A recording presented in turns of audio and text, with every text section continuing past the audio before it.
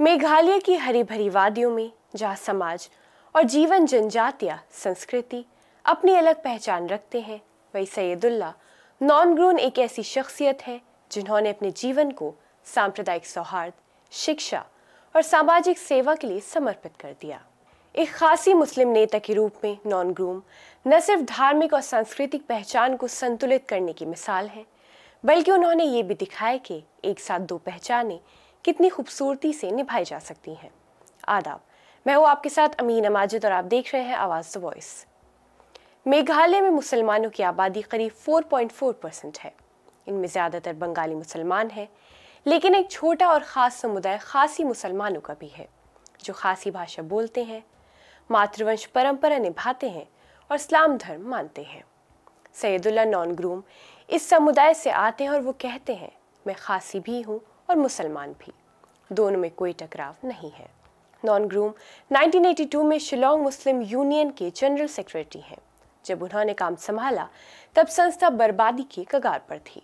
उन्होंने न सिर्फ SMU की संपत्तियों को बचाया, बल्कि शिक्षा, स्वास्थ्य और सामाजिक सेवा के क्षेत्र में नए प्रोजेक्ट शुरू किए। उनका सबसे बड़ा योगदान मदीना मस्जिद है, जो नॉर्थ ईस्ट की सबसे बड़ी मस्जिद है। इसके साथ ही वहाँ एक स्कूल, कॉलेज और धार्मिक शिक्षा केंद्र भी चलता है। उनका मानना है कि धार्मिक संस्थाओं को सिर्फ पूजा के लिए नहीं, समाज की सेवा के लिए भी होना चाहिए। 1993 में सैयदुल्लाह मेघालय विधानसभा के लिए चुने गए। वो पहले और एकमात्र खासी मुसलमान विधायक बने। मंत्री बनने के बाद उन्होंने अल्पसंख्यकों और गरीबों तबके के लिए काम किया।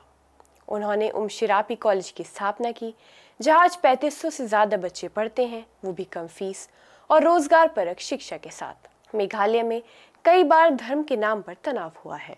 ऐसे समय में नॉनग्रोम ने हमेशा शांति और बातचीत का रास्ता चुना। वो ऑल फेथ फोरम के संस्थापक हैं, जहाँ हिंदू, मुसलमान, ईसाई, सिख, बौद्ध और अन्य धर्मों के लोग मिलकर शांति बनाए रखने का काम करते हैं।